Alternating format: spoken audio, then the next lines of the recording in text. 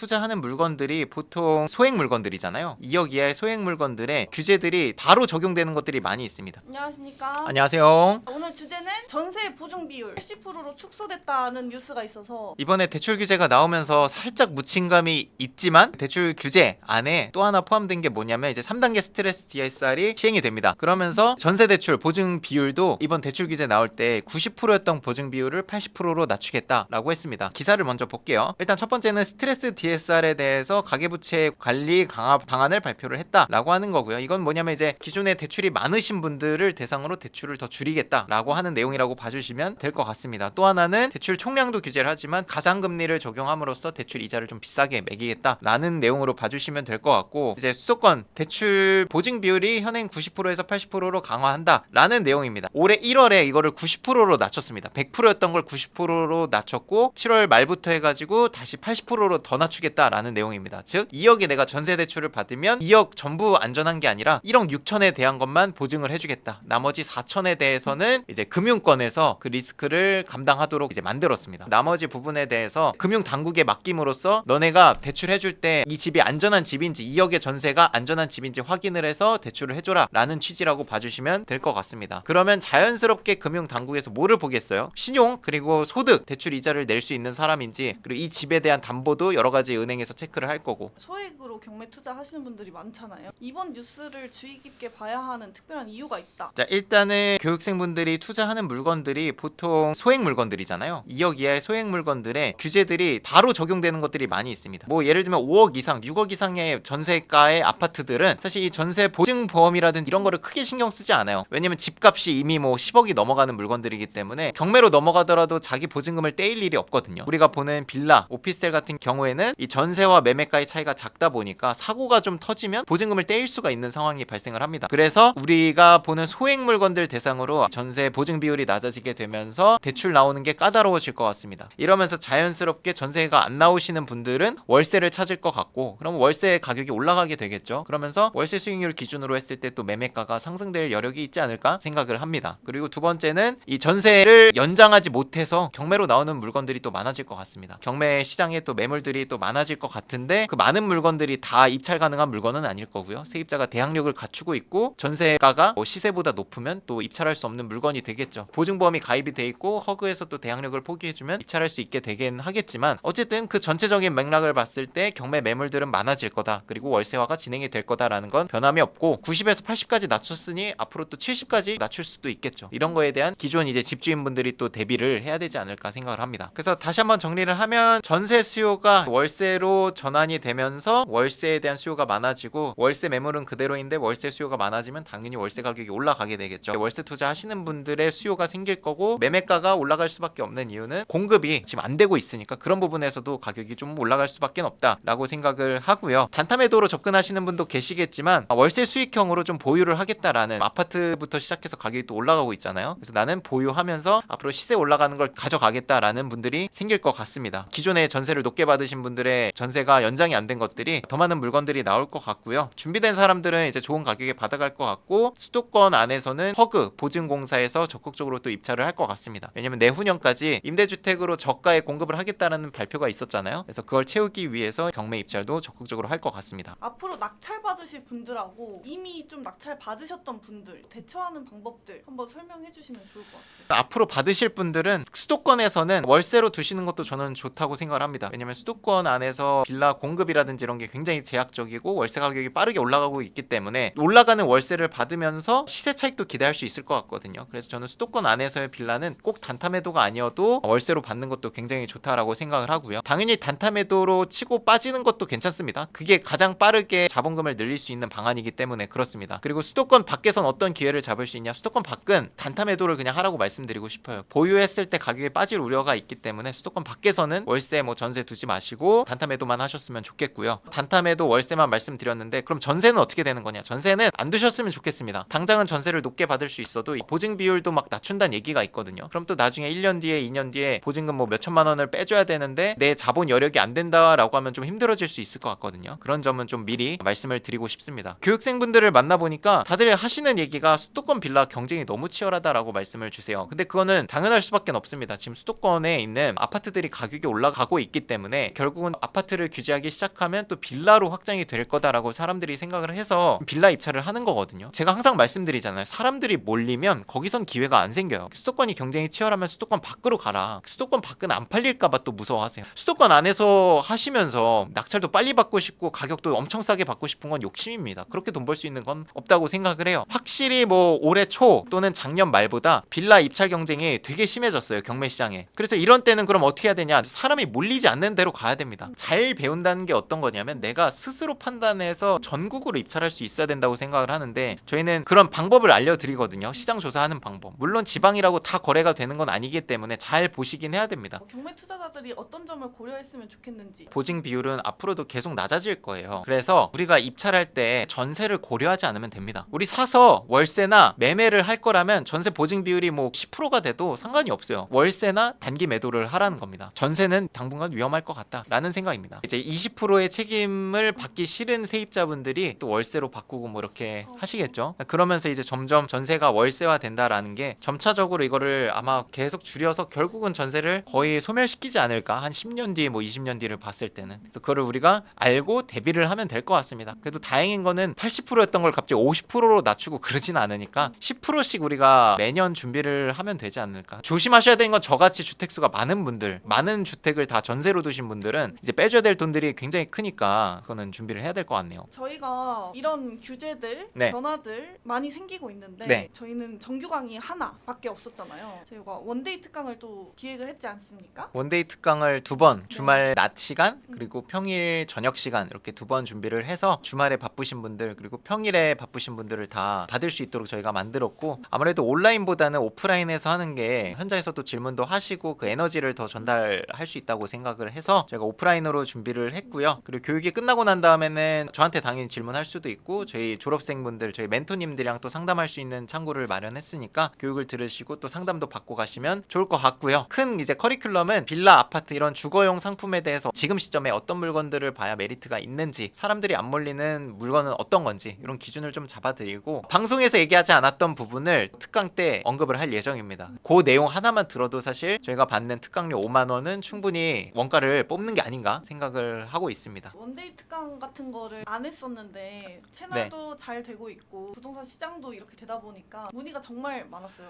그래서 온라인은 열지 않았습니다. 진짜 비싸서 못 들으셨던 분들이 오프라인으로 와서 진짜 배워가셨으면 좋겠어서 와서 또 느끼실 수 있는 에너지 그리고 주변 사람들의 에너지도 좀 느껴가셨으면 좋겠는 마음에 오프라인으로만 진행을 하고요. 저희가 평소에는 이제 특강을 하진 않았지만 이제 정규 강의까지는 못 오시지만 뭔가 리치스쿨에서 어떤 한정된 교육을 한번 들어보고 싶다라는 분들이 많아서 자리를 마련했으니까 이 시간을 또 기회 삼아서 여러분들이 안정적인 투자하는데 좀 도움을 받으셨으면 좋겠습니다. 좋습니다. 오늘 고생 많으셨습니다. 고생 많으셨습니다.